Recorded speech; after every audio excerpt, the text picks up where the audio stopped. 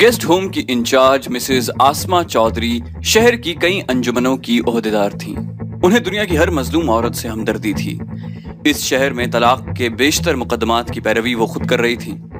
उन्होंने मजलूम और सितम रसीदा खवातीन की इमदाद के लिए बतौर खास लीगल एड कमेटी कायम कर रखी थी। मुल्क के कोने कोने से मजलूम और सितम रसीदा खवातीन उनके पास पनाह लेने आती थीं और मिसेस चौधरी उनके और जालिम माशरे के दरमियान ढाल बनकर खड़ी हो जाती थी। आज भी वो मामूल के मुताबिक अपने दफ्तर में बैठी थी जब दोपहर के बाद उनकी सेक्रेटरी ने एक जवां साल लड़की को अंदर भेज दिया। इस लड़की ने अपना नाम इमराना बताया था। इसकी उम्र बमुश्किल 23 बरस होगी, लेकिन वो शक्ल से बमुश्किल 18 बरस की दिखाई देती थी।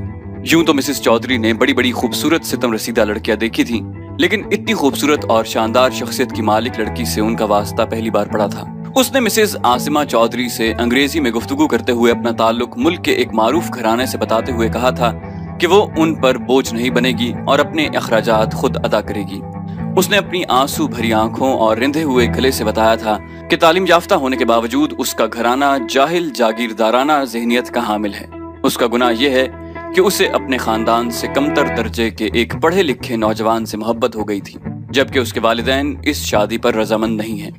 उन्होंने लड़के को इतना खौफजदा किया कि वो शहर छोड़ने पर मजबूर हो गया। अब इमराना बतौर एहतजाज अपने वालिदैन का घर छोड़कर आ गई थी। उसने मिसेस आसिमा चौधरी को बताया कि वो किसी पर बोझ नहीं बनेगी। उसने इस शहर में नौकरी का बंदोबस्त कर लिया है और यहाँ कयाम करना चाहती है। उसने कहा था कि वो अपने पांव पर खड़ी होकर अपने बुज़दिल महबूब को यहाँ लाएगी और अपने वालिदैन की आंखों के सामने अलल ऐलान उससे शादी करेगी। मिसेस आसिमा चौधरी पर उसकी पुरअसर और सहर अंगेज शख्सियत का ऐसा जादू चला कि वो मोम की तरह पिघलती चली गई। उसने शाम को गेस्ट हाउस के कॉमन रूम में मौजूद लड़कियों से उसका तारुफ करवाते हुए उसकी जुर्रत की तारीफ की और उन्हें कहा गया कि जब तक इस मुल्क की औरत खुद जुर्रत का मुजाहरा नहीं करेगी, इस माशरे में उन्हें कोई मकाम नहीं मिलेगा। उन्होंने इमराना की जुर्रत की दाद देते हुए उसे गेस्ट हाउस का शानदार कमरा अलॉट किया था और यकीन दिलाया था कि उसकी तंजीम उसकी हर कदम पर मदद करेगी। यूं दिखाई देता था जैसे इमराना ने मिसेस चौधरी पर कुछ पढ़कर फूंक ही दिया है, क्योंकि उसने बहुत अरसे बाद आज उसके एजाज में चाय पार्टी का एहतमाम किया था। इस पार्टी में बतौर खास शहर की सोशल वर्कर खवातीन को मदऊ किया गया था। उनके सामने भी उसने इमराना की तारीफ के पुल बांधने शुरू कर दिए थे। इमराना से यूं तो इस गेस्ट हाउस की बहुत सी मजलूम लड़कियां दोस्ती की खाहा नजर आती थीं, लेकिन उसे यहाँ एक खास लड़की की तलाश थी जो उसे बिलाखिर एक कोने में खड़ी नजर आ गई। ये परवीन थी। परवीन भी कोई मामूली हस्ती नहीं थी। इस वक्त भी वो शहर की मुतमव्वल खवातीन से महवे गुफ्तगू थी जब इमराना बड़े नामहसूस अंदाज में उसके नजदीक पहुंच गई। हेलो, इमराना ने अपना हाथ उसकी तरफ बढ़ाया। हेलो, मुझे परवीन कहते हैं। बहुत खुशी हुई आपके मुतालिक जानकर। वाकई आप जैसे बड़े घरों की लड़कियां जब तक हिम्मत से काम नहीं लेंगी बात नहीं बनेगी। ऑफ कोर्स मिसेस परवीन, भला ये कहाँ का इंसाफ है कि ये लोग जब चाहें हमें मजहब और रिवायात के नाम पर बेवकूफ बनाना शुरू कर दें। 21वीं सदी की औरत कैसे गुलाम रह सकती है? उसने परवीन की हाँ में बढ़ चढ़कर हाँ मिलाते हुए कहा। इमराना की आंखों में उसे मासूमियत का दरिया ठाठे मारता दिखाई दे रहा था। चलेगी, उसने दिल ही दिल में खुद से मुस्कुराते हुए कहा। रात के खाने तक दोनों एक दूसरे की दोस्त बन चुकी थी। परवीन ने उसके लिए खाना बतौर खास अपने कमरे में मंगवाया था। खाने के दौरान इमराना ने परवीन पर साबित कर दिया था कि इससे ज्यादा आजाद ख्याल औरत इस मुल्क में कोई और नहीं है, जिसे ना तो अपने मुल्क व मिल्लत से कोई वास्ता था ना अपने मजहब से। उसका कहना था कि ये जिंदगी जितने दिन की भी है उसे अपनी मर्जी से अपने नजरियात के मुताबिक ही गुजारनी चाहिए। परवीन को भी इस सारे लेडीज गेस्ट होम में पहली लड़की कुछ पसंद आई थी, वरना तो वो किसी को मुंह लगाना भी पसंद नहीं करती थी। एक तो वो यूं भी हफ्ते में 3-4 दिन यहाँ कयाम करती थी, फिर जितने दिन वो यहाँ रहती उमूमन अपने कमरे में बंद रहती। उसके मुतालिक मशहूर था कि किसी बड़े सरकारी अफसर से उसका माशका चल रहा है, जिसके साथ जल्द ही उसकी शादी हो जाएगी। यूं लगता था शायद इमराना यहाँ आई ही इसलिए है कि परवीन से दोस्ती कर ले। दोनों शहर से बाहर जब्बार ही के एक खुफिया ठिकाने पर पहुंच गए थे।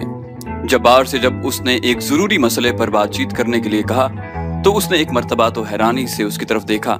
साले कोई चक्कर तो नहीं दे रहा? जब्बार ने उसकी तरफ मुश्तबा नजरों से देखते हुए कहा। जब्बार भाई, हमने अपने सफर का आगाज एक साथ किया था। हमारी मंजिल अगर अलग अलग हो भी गई तो अब एक हो जानी चाहिए।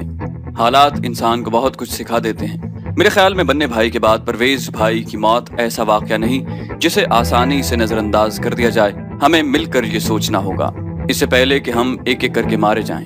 उसने बड़े संजीदा लहजे में कहा तो जब्बार ने चंद लम्हे सोचने के बाद हाँ कर दी, लेकिन ये भी कह दिया कि वो जगह का इंतखाब खुद करेगा, मुझे कोई एतराज नहीं। आरिफ ने जवाब दिया। अब दोनों एक ही गाड़ी में यहाँ तक आ गए थे। गाड़ी जब्बार खुद चला रहा था। उसने जानबूझकर ऐसा रास्ता इख्तियार किया था जो बिल्कुल वीरान था और शहर से काफी फासले पर वो एक फार्म हाउस पर आ गए थे। शायद इस लंबे रास्ते से इसलिए आया था कि किसी भी ताक़ुब को नोट कर सके, लेकिन उसे यकीन हो गया था कि आरिफ उसके खिलाफ कोई चक्कर नहीं चला रहा, बल्कि अपनी बका के पेश नजर शायद उसने कुछ और फैसला कर लिया है। हाँ आरिफ, अब बात करो।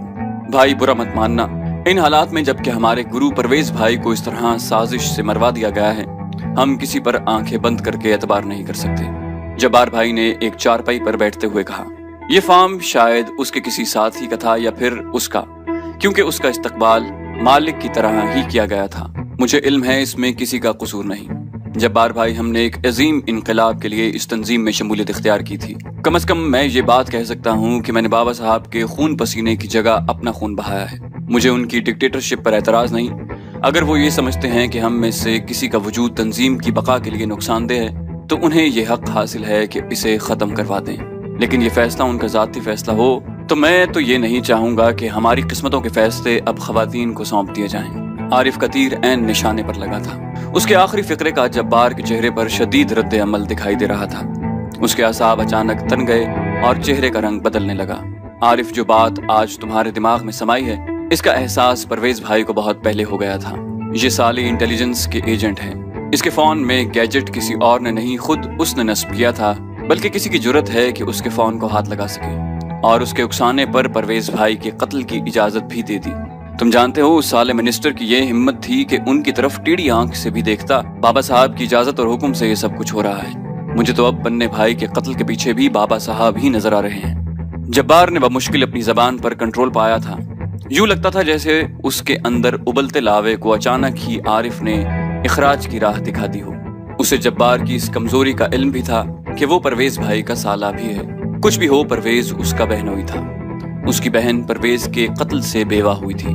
देखो जब्बार भाई, कहने को तो बहुत सी बातें हैं, लेकिन मेरे ख्याल से बातें करने का वक्त गुजर चुका है और अब अमल का वक्त आ गया है। जिस तरह तंजीम का एक साजिश के तहत बेड़ा गर्क किया जा रहा है और जिस तरह इंटेलिजेंस के लोग हमारी सफों में घुस आए हैं, इस तरफ शायद बाबा साहब का ध्यान नहीं जाता।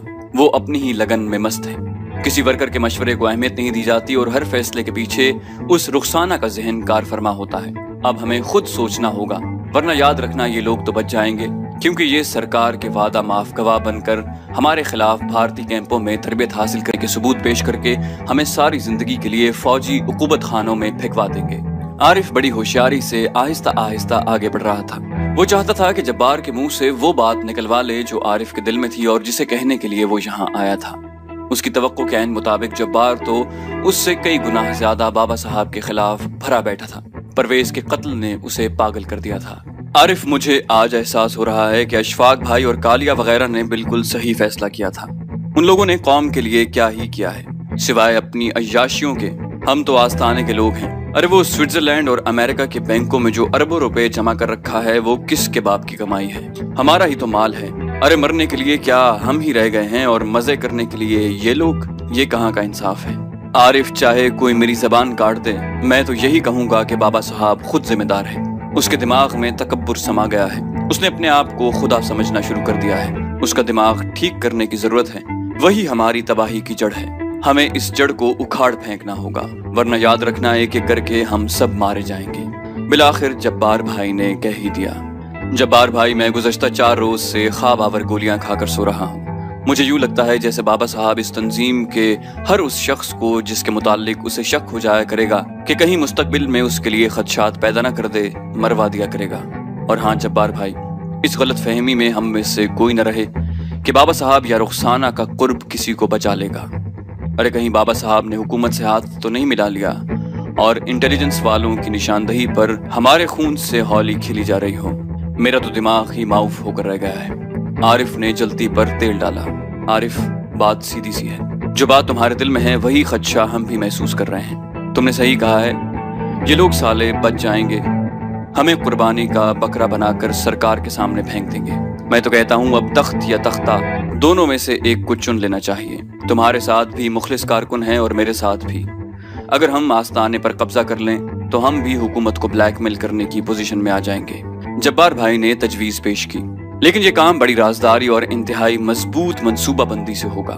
किसी भी मरहले पर मामूली सी गलती हम सबको ले डूबेगी। मेरे जहन में एक तजवीज है, ठंडे दिल से इस पर गौर कर लो और उसके बाद हम कोई अगला कदम उठाएंगे। आरिफ चौधरी ने बड़ी राजदारी से इस तरह उसके नजदीक झुकते हुए ये बात कही थी जैसे उसे खदशा हो कि कहीं उनकी बात सुन न ले कोई। हालांकि दूर दूर तक कोई जी नफ्स मौजूद नहीं था। कहो कहो क्या तजवीज है, मैं हर तरह से हाजिर हूँ। जब्बार भाई उससे ज्यादा बेचैन दिखाई दे रहा था। देखो जब्बार भाई, हम में से किसी का सरकारी एजेंसी के साथ तो कोई राब्ता है नहीं। हमें तो जो काम करना है खुद ही करना है। परवेज भाई की वजह से अगर तुम समझते हो कि भारतीय काउंसलेट से कोई मदद लोगे तो तुम्हारी खाम ख्याली होगी, क्योंकि ये लोग मर्दों से दोस्ती नहीं रखा करते। परवेज भाई जब तक जिंदा था उनका था, मर गया तो उनसे ताल्लुक खत्म हो गया। यूं भी उन लोगों को भिनक लग गई है कि बाबा साहब के खिलाफ आस्ताने में कोई साजिश चल रही है, और अगर ऐसा है तो फौरन उसे होशियार कर देंगे, क्योंकि इस वक्त वही उनका सबसे मजबूत साथी है। बाबा साहब के लिए हमें तंजीम के अंदर ही से लोग तलाश करने होंगे और काम भी इसी तरह करना होगा कि किसी को कानो कान खबर ना हो। खास तौर पर भारतीयों को तो इसकी हवा नहीं लगनी चाहिए। उसने राजदारी से कहा, तंजीम के अंदर तो हम खुद ही हैं, मार देते हैं साले को आज ही गोली। जब्बार भाई ने अपनी दानिस्त में बड़ा आसान हल निकाला था। जल्दी नहीं जब्बार भाई, जल्दी हम सबको मरवा देगी। पहले मेरी बात सुन लो, मैं एक तीर से दो शिकार खेलने जा रहा हूँ। इस वक्त बाबा साहब के मुकाबले की एक ही शख्सियत है और वो है मिनिस्टर साहब। उस साले ने परवेज भाई को मरवा दिया है। हम उसी को एतमाद में लेकर लीडरी का झांसा देंगे, उसे बावर करा देंगे कि अब उसका नंबर लगने वाला है, क्योंकि रुखसाना बाबा साहब की जगह लेना चाहती है और तुम तो जानते हो कि ये है भी सच्ची बात। मेरे ख्याल में अगर हमने सोच समझकर अपने पत्ते खेले तो कोई वजह नहीं कि मिनिस्टर काबू में ना आए। उसको बाबा साहब से टकरा देते हैं और खुद एक तरफ बैठकर तमाशा देखते हैं। दोनों में से जो दूसरे को जेर कर लेगा वो खुद भी इतना थक चुका होगा कि ताज़ा हमले किताब नहीं ला सकेगा। रुखसाना को फिलहाल मिनिस्टर के पीछे मैं लगा दूंगा और मिनिस्टर को बाबा साहब के पीछे। जो इनमें से बचेगा वो हमारा शिकार होगा। आरिफ की बात के खात्मे पर जब्बार भाई ने जोरदार कहका लगाया, अरे वाह आरिफ चौधरी, तुम तो साले बड़े काम के आदमी हो, बड़ा तेज दिमाग है रे तेरा।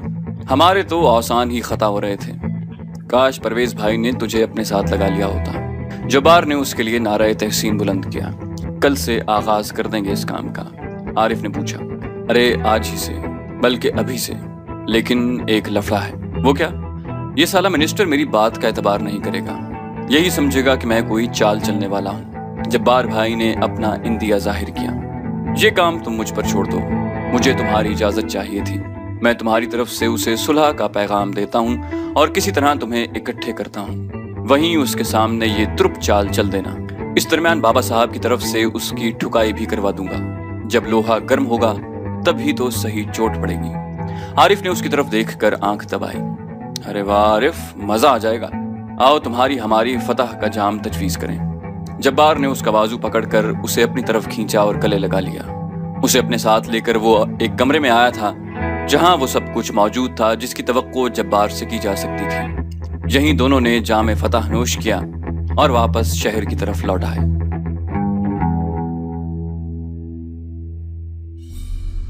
सब्सक्रिप्शन के बटन को दबाइए और बेल आइकन पर क्लिक कीजिए ताकि आपको तमाम वीडियोस फौरन मिलती रहें। और वीडियो पसंद आने की सूरत में इसे लाइक, शेयर और कमेंट करना मत भूलिए।